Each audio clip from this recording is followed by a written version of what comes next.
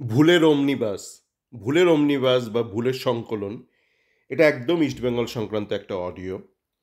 তো যেহেতু বলছি এটা অমনিবাস বা সংকলন, তো অবশ্যই এখানে যেসব জিনিস নিয়ে আলোচনা করব সেই নিয়ে বহু আলোচনা হয়ে গেছে আমার ইস্টবেঙ্গলের এই চ্যাট ফোরামে, বহুবার আলোচনা হয়ে গেছে। তা আপনারা যারা নিয়মিত অংশগ্রহণ করেছেন এই আলোচনায়, আপনারা নাও শুনতে পারেন যেটা বলতে চলেছি, কারণ এটা একটা সংকলন, মানে আপনারা কিন্তু অবগত আছেন, মানে এই নিয়ে বহু আগে আলোচনা করেছি। মানে আমি ওই চোর পালালে বুদ্ধি বাড়ে এতে বিশ্বাসী নই। এখন দেখছি বিভিন্ন ইস্টবেঙ্গল ফ্যান ক্লাব তারা গালমন্দ করছে কোয়াদ্রাতকে, এটা ওটা প্লেয়ারকে গালমন্দ করছে। এটা নিয়ে আমি আমার গতকাল একটা অডিও দিয়েছিলাম, তো সেখানে এটা নিয়ে অনেকটা আলোচনা করেছি। তারপরেও দেখছি অনেকে লিখছে এটা সেটা, দেখুন অত রিপিট করতে ভাল লাগে না। আর ঘটনা ঘটে যাওয়ার পর ওই ময়নাতদন্ত এই ক্ষেত্রে ভাল লাগে না, কেন এইগুলোর বহু আগে আলোচনা হয়ে গেছে। তো আমি একটা সংকলন করছি, আম, এরপরে এই নিয়ে বেশি আলোচনা আর করব না। প্রথমে আসা যাক কোচ চয়ন। যে কোচ চয়ন করা হয়েছে, মানে কি ভাবনা থেকে এরা চয়নটা করেছে, সেখানে গন্ডগোলটা ঘটেছে। মানে নিতুরা ভেবেছে ইস্টবেঙ্গলকে আইএসএল জিততে গেলে একটা আইএসএল জয়ী কোচ লাগবে। মানে ধরুন কারোর একটা মেয়ে আছে, মেয়ের বিয়ের জন্য পাত্র খুঁজছে, অ্যারেঞ্জড ম্যারেজ, ধরুন অ্যারেঞ্জড ম্যারেজ। তো সে এমন একটা পাত্র খুঁজছে যে আগে একটা সুন্দর একটা বিবাহিত জীবন পালন করেছে, মানে ডাইভোর্স হয়েছে কিন্তু একটা হ্যাপি ম্যারেজ তার ছিল, ওরকম।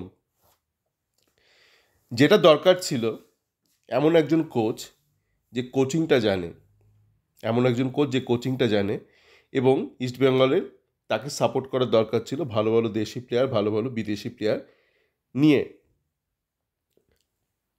এরকম না যে সে কোচকে আগে থেকে কোচিংটা জানতে হবে।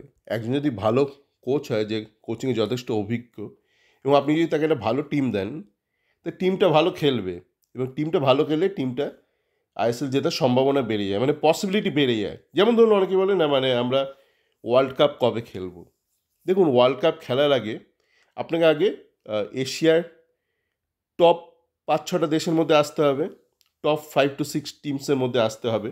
কেন এশিয়ার জন্য 4টে না কটা কোটা থাকে, তা আপনাকে কিন্তু ৫-৬-এর মধ্যে আসতে হবে। এবং ৫-৬-এর মধ্যে এলেই যে আপনি ওয়ার্ল্ড কাপ খেলবেন তা তো না, এটা তো র্যাঙ্কের ভিত্তিতে হয় না। তারপর আপনাকে কোয়ালিফায়ার খেলতে হবে। হতেই পারে যে আপনি হয়তো ৫-৬ চলে এলেন এশিয়ার টপ 5-6, কিন্তু কোয়ালিফাইং করতে পারলেন না, একবার করতে পারলেন না, দুবার করতে পারলেন না। কিন্তু আপনি যদি টপ ৫-৬-এর ঘোরাফেরা করেন, আপনি একটা না একটা সময় গিয়ে অবশ্যই কোয়ালিফাই করবেন। তো এই পসিবিলিটি প্রবাবিলিটি নিয়ে একটু কাজ করতে হবে। তো এখানে কোয়াদ্রাতের ক্ষেত্রে যেটা হয়েছে, জানি না এটা কী করে নজরে এড়ালো, মানে যারা তাকে চয়ন করেছে। কোয়াদ্রাতের বয়স ৫৫ ছিল, মানে গত বছর যখন ওকে চয়ন করা হয়েছে বা সিলেক্ট করা হয়েছে। কিন্তু ৫৫ বছরের মধ্যে ওর রেলিভেন্ট ওয়ার্ক এক্সপিরিয়েন্স ২.৫ বছর। অ্যাজ এ হেড কোচ ২.৫ বছর, কেননা অ্যাসিস্ট্যান্ট কোচে কিন্তু সেরকম কাজ থাকে না। একটা হেড কোচে যে কাজগুলো থাকে, যেটা একটা ডিফারেন্স গড়ে দেয় একটা টিমের সাফল্য বা ব্যর্থতা, সে কোন দিকে টিমটা এগোবে, সফল হবে না ব্যর্থ হবে, সেই কাজটা কিন্তু অ্যাসিস্ট্যান্ট কোচকে করতে হয় না। অ্যাসিস্ট্যান্ট আর কোচ এর মতো বিশাল ফারাক।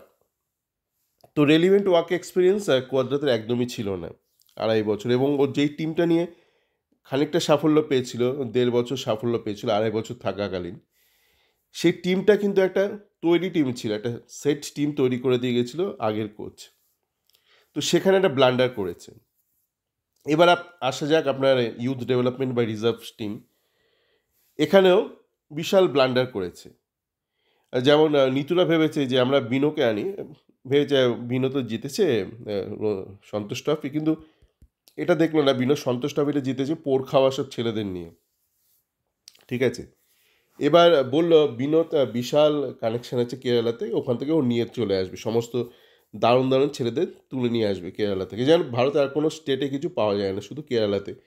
এবার এটাও তাদের মাথায় ছিল না, মানে নিতুদের অবশ্যই না, নিতু বা ইমামি যারাই সিলেক্ট করেছে বিনোকে, এটা তাদের মাথায় ছিল না যে বহু বছর ধরে সাউথে আপনার কেরালা ব্লাস্টার্স, আপনার বেঙ্গালুরু, আপনার গোকুলাম, এরা কিন্তু বিভিন্ন একাডেমি চালাচ্ছে বা স্কাউটিং করছে। সুতরাং ওই ইয়াং জুনিয়র লেভেলে ভালো ছেলেপিলে থাকবে না, যাদেরকে এরা নিচ্ছে না, কেরালা ব্লাস্টার্স নিচ্ছে না বা বেঙ্গালুরু নিচ্ছে না, গোকুলাম নিচ্ছে না, তারাই কিন্তু পড়ে থাকবে এবং তাদেরকেই কিন্তু বিনো নিয়ে আসবে। আবার বিনো তো বলেই দিয়েছে যে ও যাদেরকে কোচিং করিয়েছে বিভিন্ন স্তরে শুধু তাদেরকেই নিয়ে এসছে। মানে আগে আমরা ভাবছিলাম গোটা কেরালা থেকে হয়তো আনছে, এখন শুনছি বা বিনো নিজের কথাতেই, আমার কথা না, আমি জানিও না এটা সত্যি না মিথ্যে, মানে বিনো যেটা বলেছে সেটা, বিনো এবার মিথ্যে বলে সেটা বিনোর ব্যাপার, যে ও আহ, বিভিন্ন সময় অতীতে যাদেরকে হয়তো বিভিন্ন আন্ডার 13, আন্ডার 14, 15 এই এই ব্যাচে কোচিং করিয়েছে, বা ও হয়তো গোকুলামে থাকাকালীন যারা হয়তো আন্ডার 14 টিমে ছিল বা আন্ডার 15 টিমে ছিল গোকুলামে, সেই ধরনের ছেলেদেরকে মানে ও আরও পুলটা ছোট করে দিল, মানে সিলেকশন পুলটা একেই তো নিত্যরা কেরালা করে দিয়েছিল, এই ব্যাপারটাকে আরও ছোট করে দিল। ঠিক আছে, এখানে একটা স্কাউটিংয়ে বিশাল প্রবলেম। আবার বিনো নিজেই বলছে আমি এতদিন শুধু কেরালা থেকে স্কাউটিং করি, আমার কথা না, বিনো নিজেই বলেছে, বারংবার বলেছে, আপনারা দেখতে পারবেন বিভিন্ন ইন্টারভিউতে। তো এই স্কাউটিংয়ে একটা বিশাল প্রবলেম রয়েছে। এবার আপনি বলতে পারেন যে প্রমোশন প্রসেসও বিশাল প্রবলেম আছে। প্রমোশন প্রসেসে এবার বিনো যাদেরকে নিয়ে আসছে তাদের সঙ্গে একটা চুক্তি করে নিয়ে আসছে, এটা নিজেই বলেছে 3 বছরের চুক্তি বা 2 বছরের চুক্তি একটা করে নিয়ে আসছে। আর যেটা দেখছি যে বিনো এসেই তাদেরকে পুশ করছে এবং তাদেরকে প্রথমেই প্রমোশন দিয়ে দেওয়া হচ্ছে একাধিক প্রায়, আমি আলাদা করে কারোর নাম নিতে চাই না, যেখানে ধরুন বাংলার ছেলেদেরকে হয়তো কাঠখড় পোহাতে হচ্ছে, আহ, মানে তাদের হয়তো মানে মাথা ঘাম পায়ে ফেলতে হচ্ছে, আর এরা এসে প্রথমেই প্রমোশন পেয়ে যাচ্ছে, কেননা এরা বিনো সোর্স দিয়ে এসছে। তো প্রমোশন দেওয়ার সময় যখন কাউকে প্রমোট করা হচ্ছে, সে হয়তো কলকাতা লিগে ভালো খেললো, তাকে সাথে সাথে প্রমোট করে দেওয়া হলো। দেখুন এটা বিভিন্ন খেলাতেই হয়, মানে বম্বেতে একটা ছেলে ছিল অমল মজুমদার, বা বাংলা ক্রিকেটে ছিল অরুণ লাল, এরা ডোমেস্টিকে প্রচুর রান করতো, বা একজন ছিল বিক্রম রাথোর ছিল, তারা ডোমেস্টিকে রঞ্জিতে দুলীপে প্রচুর রান করতো, কিন্তু ইন্টারন্যাশনালে গিয়ে কিছুই করে উঠতে পারে না। অমল মজুমদার জানি না আদৌ শেষ পর্যন্ত ইন্টারন্যাশনাল ম্যাচ খেলেছে কিনা আদৌ। তখন এদের টেকনিকে এমন কিছু ত্রুটি ছিল, যেই ত্রুটিটা ডোমেস্টিক লেভেলে ধরা পড়তো না। তার কারণ হচ্ছে আপনার ইন্টারন্যাশনাল লেভেলে যে স্পিডে ধরুন বল হচ্ছে, বা পেস বোলিং বা স্পিন বোলিং যেই স্কিল সেটের সাথে হচ্ছে, সেটা ডোমেস্টিক লেভেলে নেই। তাই ডোমেস্টিক লেভেলে সে হয়তো এক্সেল করে যাচ্ছে, কিন্তু পরের ধাপে গিয়ে সে আটকে যাচ্ছে। ক্রিকেটের ক্ষেত্রেও ঘটেছে, ফুটবলেও একই ব্যাপার। ফুটবলে একটা প্লেয়ার যখন ধরুন গোল করছে, আপনাকে দেখতে হবে এ কোন স্কিলগুলো ব্যবহার করছে আর কোন স্কিলগুলো ব্যবহার করছে না। যে স্কিলগুলো ব্যবহার করছে সেই স্কিলগুলো ও কীভাবে ব্যবহার করছে, এই স্কিলগুলো কি ও আইএসএ লেভেলে গিয়েও ব্যবহার করতে পারে। যেমন ধরুন একটা প্লেয়ার, নামই নিচ্ছি, ধরুন বিষ্ণু, সে প্রচুর এবার ড্রিবলিং করতে থাকে, মাথা নিচু করে বলের দিকে তাকে সারাক্ষণ ড্রিবল করতে থাকে। এখন এই জিনিসটা হয়তো কলকাতা ফুটবল লিগেও পার পেয়ে যায়। কলকাতা ফুটবল লিগে অতটা প্রেসিং নেই, অপোনেন্ট টিমে বেশিরভাগ অপোনেন্ট টিম, মানে কলকাতা ফুটবলে কিন্তু অনেক দুর্বল টিম থাকে, তো তাদের ফিটনেসের খামতি থাকে, তাদের স্কিলের অনেক খামতি থাকে, তো তারা তোকে ঠিকঠাক প্রেসিং করছে না, তাইও তাদেরকে এড়িয়ে ঠেরিয়ে গোল টোল করে দিচ্ছে। আবার কলকাতা ফুটবল লিগে যারা ধরুন একটুখানি পোর খাওয়া টিম, যেমন আপনার ধরুন ভবানীপুর বা কাস্টমস, কলকাতা কাস্টমস, তাদের সাথে দেখবেন না বিষ্ণু স্ট্রাগল করে, তখন তারা প্রেসিংটা করতে থাকে। তো কেউ যদি একটু বিচক্ষণতার সাথে এই ব্যাপারগুলো যদি একটু দেখে, পর্যবেক্ষণ করে, সে কিন্তু এই ধরনের প্লেয়ারকে পরের ধাপে প্রমোট করবে না। আবার অনেক প্লেয়ার থাকে যে ধরুন মানে কলকাতা লিগে হয়তো খুব একটা ভালো খেলতে পারছে না, কিন্তু তার হয়তো এমন কিছু স্কিল আছে যেটা হয়তো মানে পরের ধাপের জন্য দুর্দান্ত। আপনি যদি সৌরভ গাঙ্গুলির ইতিহাসটা দেখেন, সৌরভ যখন ইন্টারন্যাশনাল ক্রিকেটে এলো, লাইমলাইটে এলো, তখন কিন্তু এমন নয় যে ও ডোমেস্টিকে দারুণ ফাটাফাটি রান করছিল, মানে ডোমেস্টিক ওর থেকে অনেক বেশি অনেকে রান করছিল বা উইকেট নিচ্ছিল, কিন্তু সম্বরণ ব্যানার্জি সৌরভকে পুশ করে ওকে একবার ঢুকিয়ে দেয়। কিন্তু সৌরভের এমন কিছু স্কিল সেটগুলো আছে যেটা পরের ধাপের সাথে একদম মানে খাপে খাপ, তাই সৌরভ পরের ধাপে চলে গেল। আপনি যদি ওইভাবেই যদি দেখতেন যে রঞ্জিতে সবচেয়ে বেশি রান করতে হবে, দুলীপে সবচেয়ে বেশি রান করতে হবে, তাহলে তো সৌরভ কোনো দিনে ইন্টারন্যাশনাল ক্রিকেট খেলতে পারতো না। আপনি যদি সচিন তেন্ডুলকারের ইতিহাস দেখেন, সচিন তো ডোমেস্টিক না খেলেই ইন্টারন্যাশনাল চলে গেছে। তো এই ব্যাপারগুলো কিন্তু দেখতে হবে। এবার এখানে দেখতে গেলে দুটো জিনিস আপনার মধ্যে লাগবে। একটা হচ্ছে আমার ক্ষমতা থাকতে হবে, আপনার মধ্যে এগুলো পর্যবেক্ষণ করার ক্ষমতা থাকতে হবে। আর একটা হচ্ছে সততা থাকতে হবে, দুটোই থাকতে হবে। আপনি ধরুন মানে পর্যবেক্ষণ করার ক্ষমতা আপনার মধ্যে আছে কিন্তু সততা নেই, সেক্ষেত্রে জ্ঞান পাপী, আপনি উল্টোপাল্টা কাজকর্ম করবেন। বা আপনার মধ্যে হয়তো সততা আছে কিন্তু জ্ঞানটা নেই, সেক্ষেত্রে আপনি উল্টোপাল্টা কাজ করবেন। মানে দুটোই আপনার লাগবে, আপনার মধ্যে কাজটা করার ক্ষমতাটাও থাকা দরকার এবং আপনার মধ্যে সততাও বা অনেস্টিও থাকা দরকার। এখন অনেকেই বলছে কোচকে আরও খাটাখাটনি করতে হবে, মানে কোয়াদ্রাতকে আপনি খাটাখাটনি করে করবেনটা কি? আপনার যদি বেসিক্স না জানা থাকে অ্যাজ আ কোচ, আপনার যদি না জানা থাকে আপনি পরিশ্রম করে করবেনটা কি? আপনি ধরুন একটা বিষয় কিছু জানেন না, আপনি ধরুন আহ, ডাক্তারি কিছু জানেন না, আপনি খুব খাটাখাটনি করছেন, আপনাকে ডাক্তার হয়ে দাঁড়াতে হবে। আপনি হয়তো হাতুড়ে কেউ, মানে ওরকম হাতুড়ে হাতুড়ে, মানে অনেক হাতুড়ে ডাক্তারও ভালো আছে, তারা হয়তো কাজ করে করে অনেকটা জ্ঞান অর্জন করে। আপনি হয়তো সেরকমই হাতুড়ে, মানে খুব খেলো হাতুড়ে ডাক্তার, আপনাকে একটা বিরাট একটা অপারেশনের দায়িত্ব দেওয়া হলো, আপনি খুব মানে কপালে টিকা ফিকা লাগালেন, দই দই চন্দন ফন্দন যা আছে করলেন, মানত করলেন ঠাকুরের কাছে, সবাই মিলে পুজো দিলেন, এখানে ওখানে বড়মা টড়মা যা, কালীঘাট দক্ষিণেশ্বর সব জায়গায় পুজো দিলেন, আপনি দিলেন, আপনার পরিবার দিল, আপনার যত ফ্যান সবাই দিল, সবাই হ্যাশট্যাগ করলো, জয় হোক জয় হোক, জয় ডাক্তার জয় ডাক্তার। আপনি কি রুগীটাকে মেরে ফেলবেন, কারণ আপনি জ্ঞান, আপনার মধ্যে জ্ঞানটাই নেই। তো সব কিছু বুঝলাম, মানে সততা, কমিটমেন্ট, কিন্তু জ্ঞানটা, নলেজটাও দরকার। তো আশা করি, আর ইন্ডিভিজুয়াল প্লেয়ার নিয়ে তো আমি এর আগের অডিওতে বলেছি, ডেভিডের ক্ষেত্রে ওটা বলেছি যে ডেভিড, আপনি যদি দেখতেন ডেভিডের অতীতটা, ও কিন্তু কলকাতা ফুটবল লিগেই প্রচুর গোল করেছিল এবং ও ডুরান্ডে গিয়ে যে দুর্বল টিম আর একটা বোধহয় আইএসএল কোনো একটা রিজার্ভ টিমের বিরুদ্ধে একগাদা গোল করেছিল। ও কিন্তু আই লিগে ব্যর্থ ছিল, ও আই লিগে ব্যর্থ ছিল, আই লিগে ব্যর্থ হওয়া সত্ত্বেও ইস্টবেঙ্গল ওকে সই করিয়েছিল। এমন নয় যে সচিন, যেমন বললাম না, ও সচিন খেলেনি ডোমেস্টিকে, কিন্তু ডেভিড ডোমেস্টিক মানে আই লিগে খেলেছিল, খেলেও ব্যর্থ হয়েছিল, তা সত্ত্বেও ওকে নেওয়া হয়েছিল এবং তখন সবাই নাচানাচি করছিল। আমার এক পরিচিত একটা ইস্টবেঙ্গল ফ্যান আছে, সে এখন স্টুডেন্ট, পড়াশোনা করছে,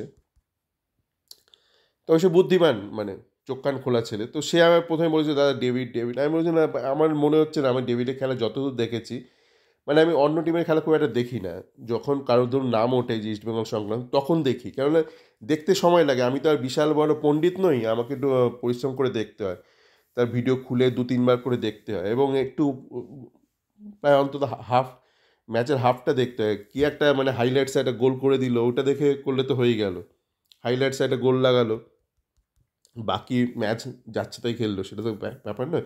তা আমাকে একটু দেখতে হয়, অন্তত 45 মিনিট দেখতে, এবং দেখতে গিয়ে ধরুন অত তো ভালো বোঝা যায় না, হয়তো ল্যাপটপে দেখছি, হয়তো তো হয়তো একটুখানি স্টপ করে পজ করে একটু আবার একটু রিওয়াইন্ড করে তো ওই জায়গাটা দেখলাম হয়তো, মানে তো একটু সময় লাগে। তো ও যখন বলেছিল যে ডেভিড টেভিড আসতে পারে, তখন একটু ডেভিডের খেলা দেখেছিলাম।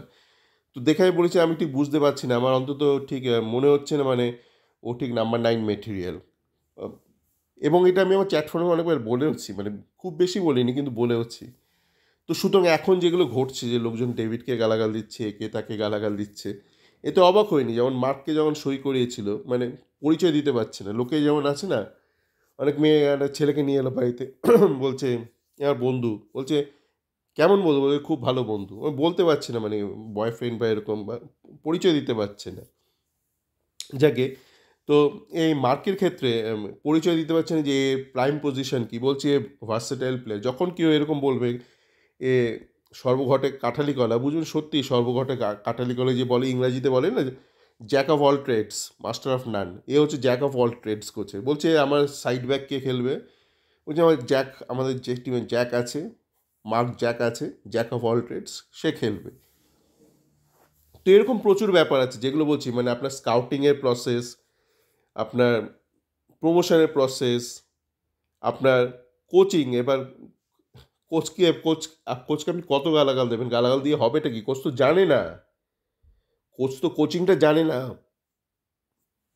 এবার ওই আপনি বলতে পারেন তা কি ইয়াং কোচ কি হয় না, জিদান তো ফুটবল খেলা ছাড়ার সাথে সাথে হয়েছিল, হ্যাঁ, যে একই ব্যাপার, ওই যে ডেভিড যেমন প্রমাণিত ছিল আই লিগে ব্যর্থ,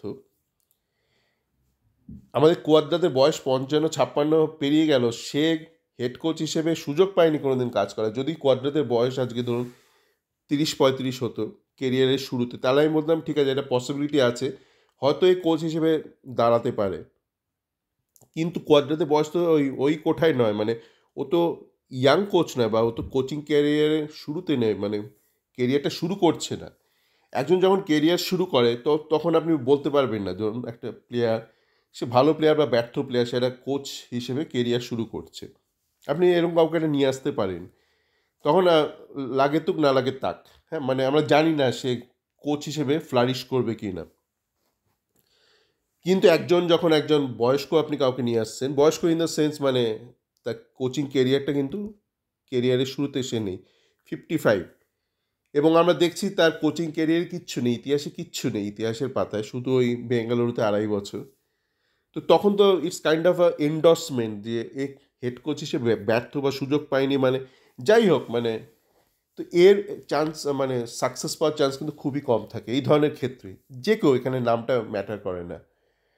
এবার এই যে আপনি এবার বলতে পারেন তার কাকে কোচ করা যেতে পারে, এইসব এই যে আমি প্রবলেমগুলো বললাম, আপনি যদি প্রবলেমগুলো বোঝেন, উত্তরটা আপনি পেয়ে যাবেন, আমাকে আলাদা করে বলতে হবে না, মানে টম আসবে না, জ্যাক আসবে না, পল আসবে, যে কেউ হতে পারে। আপনি প্রবলেমটা আগে বুঝুন যে কোথায় ভুলের অমনিবাস আমরা রচনা করেছি, কোথায় আমরা ছড়িয়েছি, সহজ বাংলা কোথায় আমরা ছড়িয়েছি বা ধেরিয়েছি, এইটা যদি আপনি উপলব্ধি করতে পারেন, তাহলে উত্তরটা আপনি নিজে খুঁজে পাবেন। আমি তো আর এজেন্ট নই, আমি তো কোনো দালালির ব্যবসা করছি না, মানে কোনো কোচের বা প্লেয়ারের দালালি ব্যবসা করছি না।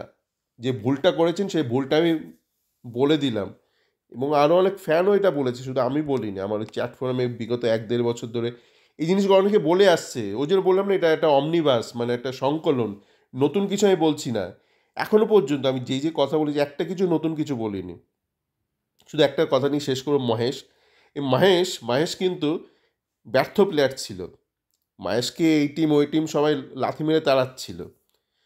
মহেশ কেরিয়ারটা শুরু করেছিল প্রমিসিং শিলংয়ে, শিলং লাজংয়ে, তারপর কোথাও দাঁড়াতে পারছিল না। ওই স্টিফেনের আমলে ওই 1 বছরই ও কিন্তু হঠাৎ করে ফ্লারিশ করে, তারপর এখন আবার ও মানে খেই হারিয়ে ফেলছে। তো বোঝা যাচ্ছে যে ভালো কাউকে লাগবে কোচ হিসেবে, যে ওকে আবার ওর পুরনো ট্র্যাকে, মানে গ্রোথ ট্র্যাকে ফেরত আনতে পারে। তেমনই এই আপনার এই চুঙ্গা ছেলেটা, চুঙ্গা ছেলেটার কথা বলে শেষ করব। চুঙ্গা ছেলেটা নিয়ে অনেকে বলে কি আলভিটো বা কেউ হয়তো ওকে স্কাউট করেছে, দারুণ কাজ করেছে, না, এটা এটা একটা অ্যাক্সিডেন্টাল একটা ডিসকভারি, এতে কোনো মানে কৃতিত্বের ব্যাপার নেই। কেননা চুঙ্গাকে এরা কিন্তু আই লিগে সাইড ব্যাক হিসেবে খেলতে খেলতে সাইড ব্যাক হিসেবে চয়ন করেছিল, মানে আই লিগও সাইড ব্যাক হিসেবে খেলছিল, এবং ও সাইড ব্যাক হিসেবে ওকে সিলেক্ট করা হয়েছিল। এখন আমরা দেখছি ওকে সাইড ব্যাক হিসেবে খেলালে ও ক্রস ফসের কোনো মা বাপ নেই। তার মানে বেসিক্যালি ইট ওয়াজ এ রং সিলেকশন, বেসিক্যালি একটা ভুলভাল সিলেকশন করেছিল। কিন্তু ওইটা ওই স্টিফেনের মনে হয়েছিল যে একে দিয়ে হয়তো সাইড ব্যাকে চলবে না, একে ট্রাই করা যাক সেন্টার ব্যাকে। তো স্টিফেন মোটামুটি ওর থেকে খেলাটা আদায় করে নিয়েছিল। সুতরাং কিছু যদি হয়ে থাকে চুঙ্গার কেরিয়ারে, সেটা কিন্তু তার কৃতিত্বটা স্টিফেনের। আর এই যে সিলেকশনটা বা স্কাউটিং, এটা কিন্তু টোটালি একটা অ্যাক্সিডেন্টাল একটা ডিসকভারি, একটা ভুলভাল স্কাউটিং হয়েছিল বেসিক্যালি। আমি বলছি না স্টিফেনকে আনতে, আমি বলছি এরকম প্রচুর কোচ থাকতে পারে যারা এই জিনিসগুলো জানে। আপনার সমস্যাটা তো বুঝতে হবে যে, আর এখন তো অনেক ভালো ভালো প্লেয়ার চলে এসছে। শুরুর দিকে যখন স্টিফেনের টাইমে ঠিক আছে, কোয়াদ্রাদের প্রথম বছর অত ভালো ইন্ডিয়ান প্লেয়ার ছিল না, কিন্তু এখন তো প্রচুর ভালো, মানে ইন্ডিয়ান ন্যাশনাল টিমের সব প্লেয়ার অনেকে চলে এসছে, আনোয়ার আছে, জিকসন আছে।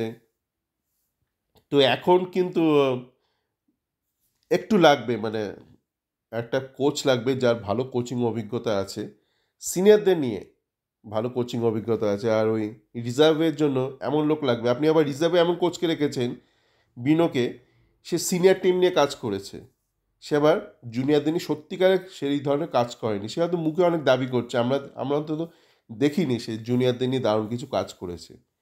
ওই যেমন দেখছেন না, এখন ওই ইন্ডিয়ান আন্ডার 20 টিমটা ধেরাচ্ছে, ওখানে রঞ্জনকে কোচ করে পাঠিয়ে দিয়েছে চৌধুরী।